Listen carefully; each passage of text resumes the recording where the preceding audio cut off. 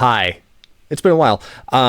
So this weekend I had a recording session with a band. They wanted to do some stuff. Make a little 3-song EP sort of deal. So I grabbed my mobile rig. I traveled the 2 hours it was to them. I set up, and I kind of wanted to show off a little bit, do a little show and tell of the drum tracking process and how the drums sound, how I mic'd them up, and how I am currently processing them. So yeah, so I've got some pictures, and let's first off, let's listen to the drums, just straight off the mics with a little bit of mixing. If we check out the menu, this is my mix template. We've seen many times before. These are my drums. They're all routed here, but there's no processing on them. They're all bypassed. So here's the drums, just with levels and panning.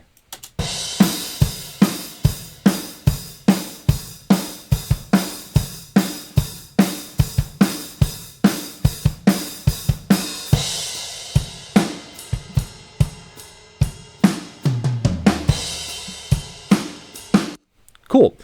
Sounds like drums in a room, which I love. And we were actually in a very big room. Let's see if I can...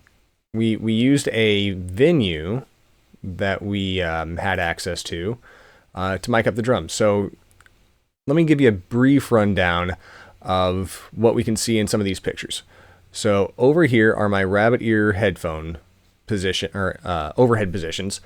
These are those cheap little RB500 ribbon mics from T.Bone. They're like $100 a piece. Right, they're positioned over the drummer's head. This microphone is facing towards this part of the kit. This microphone is facing towards this part of the kit. And I'll give you some audio demonstrations here in a second. This is an ORTF pair of overheads, small diaphragm condensers. These in particular are the Oktava MK12s with cardioid capsules. I've got a D112 by AKG right there. I've got an AKG 214 right there. Not the 414, the 214, the cheaper one. I found this one at a pawn shop for like $125. It works. On the toms, I've got D2, D2, and D4. On the snare top and snare bottom, let me see if I can find a better picture of the snare top. See there, you can see the positioning. The 214 is about a foot back from the kick. The D112 is right inside the hole, just on the edge. Better pictures. This is them all tracking. Everybody was plugged in through a load box and taking a DI. So it was silent in the room aside from the drums, and you could hear a little bit of the vocals, but everybody else was tracking silent. I'm not going to play you their tracks because they're going to redo everything and re-overdub everything. But this is kind of our setup. You can see we're in a stage. It's a giant room. I didn't put up any baffling, so the drum kit sounds kind of live, and it's kind of cool. There's my little setup and workstation. UR824, a Focusrite Octropre Platinum, a MOTU HD 896 that was modded by Blackline Audio, and these two units are just light piping in here. And then I've got a Presonus Eureka, a Presonus MP20, which is the Eureka preamp. And on all of these, I have swapped out the op amps to Burr Brown 604s, OPA 604s. It's an easy swap. You don't even have to solder. You just pop the original 5534 op amps out, which are like kind of harsh and aggressive in the upper mid-range. And I popped the 604s in, and that smoothed them out quite a bit. And the scratch vocals running through the Eureka, and the kick and the snare are running, the kick in and the snare top are running through the MP20. The Oktavas are running through the Art MPA Gold preamp, and I swapped out tubes in there. And there's no additional processing on anything, going straight into my Cubase setup. Let's see. There's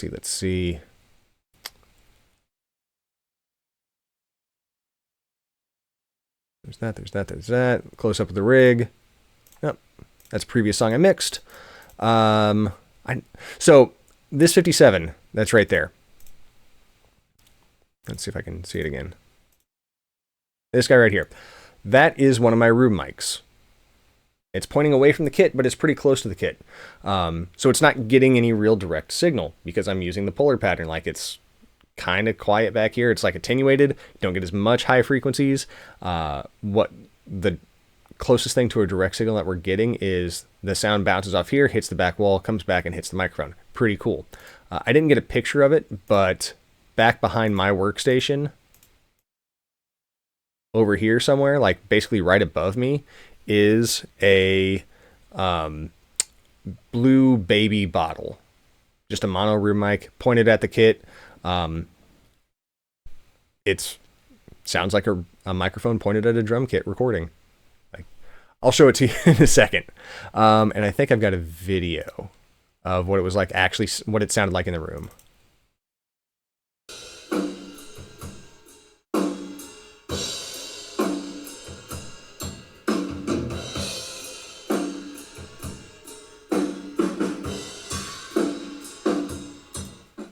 I'm probably not going to be able to hear that very well because it's not piping through my feed.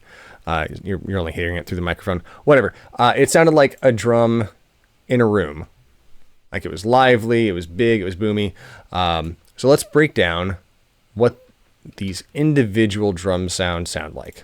So I'm just going to kind of go through them one at a time, and we'll see how they actually add up. So here's my kick.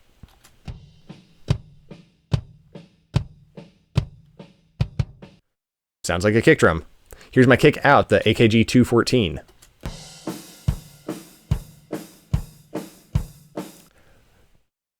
Sounds like a kick drum with a little bit of bleed. Ideally, if I would have had some time, or if I would have had, well, basically just the time, because it was a very, very long day. I would have put a blanket over that to kind of cut out some of the high end, but with a little bit of processing, it's not a big deal at all. Snare top.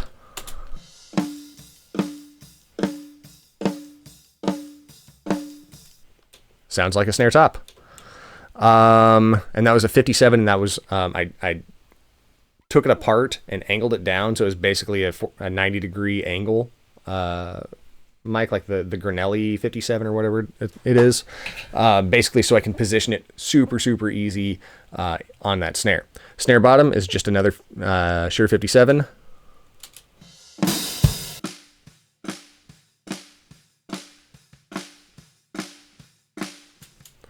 Let me crank up my, I've got a limiter on there. Bypass all that. You know what? I'll just jack this up a little bit. It's a little bit louder.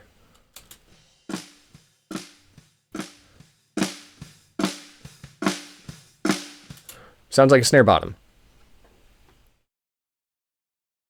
My toms. Let's get to a tom section.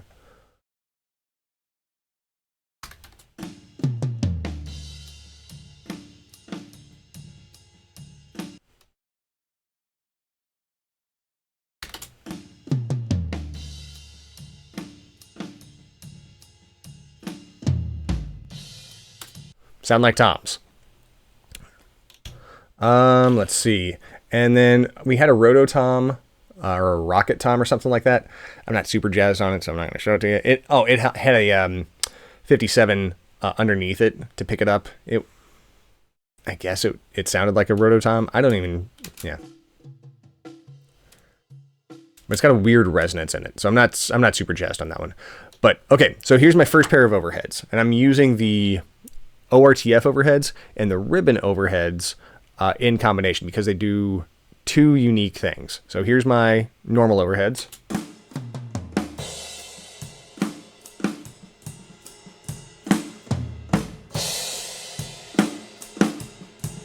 Right, it's got a really, really nice image of the kit. The kick drum is not in there, but like everything else is really, really nice.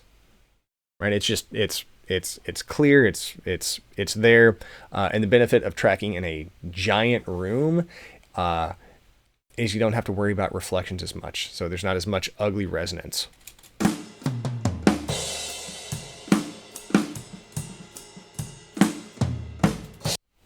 Love it. Okay, so what was that? What was that? Okay, those are my overhead ribbons. Pull those back down. And here are my, I'm sorry, those are my overhead ORTFs. Here's my overhead ribbons.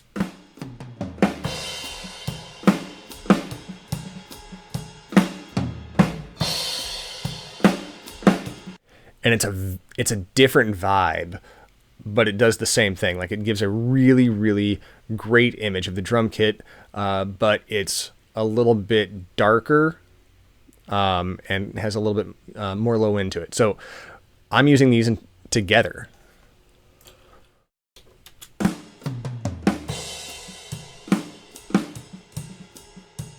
Right, that's both overheads together. It's a very, very full picture of the kit.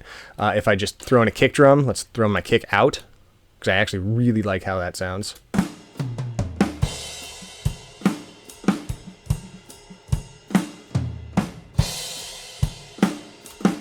On any project, that could be my drum sound. This is more of a hard rock, proggy sort of thing project, so it's not going to sound quite like this, but I think that's a killer drum sound for a more ambient project.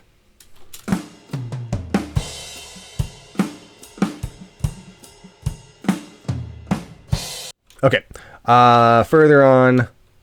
Oh yeah, I did mic up a hi-hat, which sounds, let me pull off that.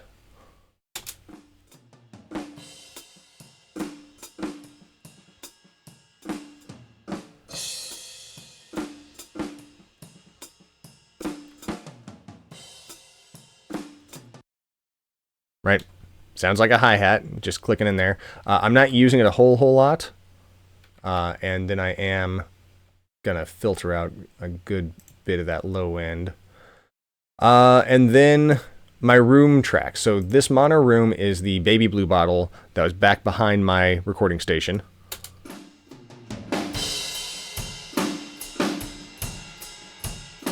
Cool, it works.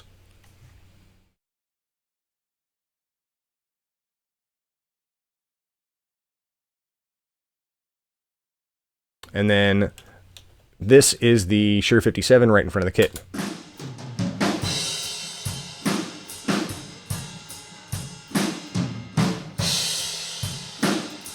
Totally different vibe, very, very cool. You can hear some of the vocal in there if you listen closely, but once the drum mix and everything else gets in there, you're not going to hear it at all.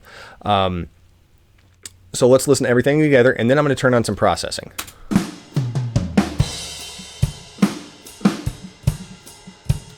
So this is my individual channel processing that's coming on.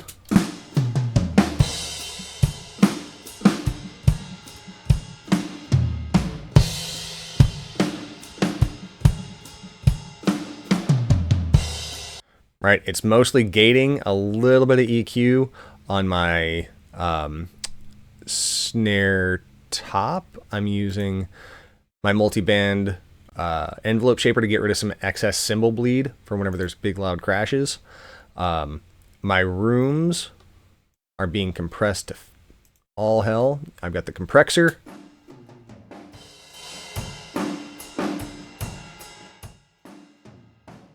So that's cool. And then here's my other one.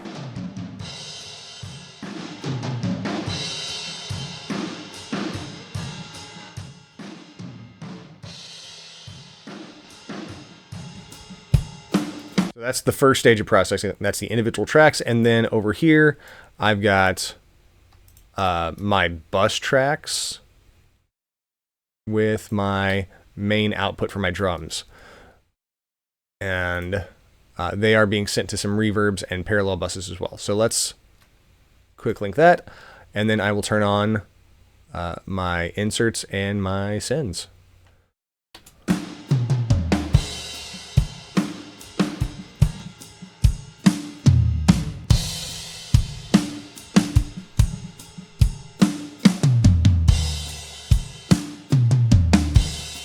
So they might be a little bit overdone right now. this is still a working mix in progress. But yeah, that's what we did, and I'm really happy with how everything sounds and to show everything off. And I'm really excited to mix this project. So before I go, I'm gonna bypass the inserts and the sends and let you all hear the raw tracks versus the mix tracks, just so you can kind of get the stage of the full-fledged processing that's going on.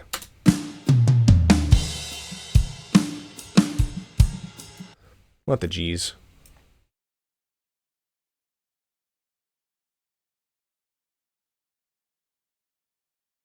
That wasn't supposed to happen.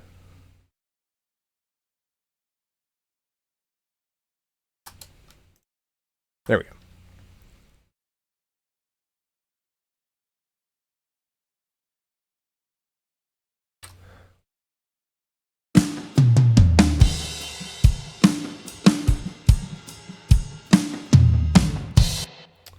No, something's not right there.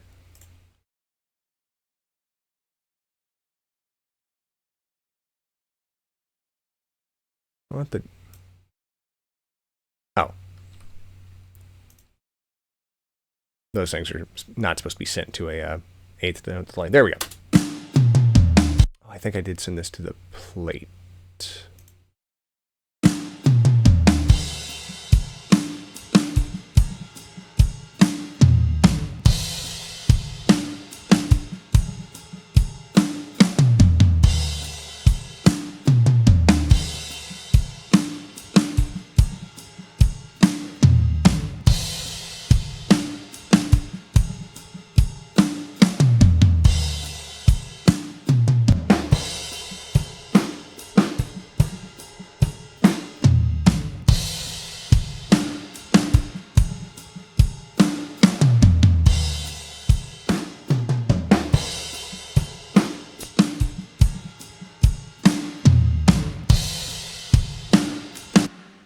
Anyways, that's been drum tracking show and tell time with Alex. If you're in the Southwest Florida area, hit me up. I like to track drums. As it turns out, it's a lot of fun. And otherwise, hit me up for a mix or something. Until we meet again. See ya.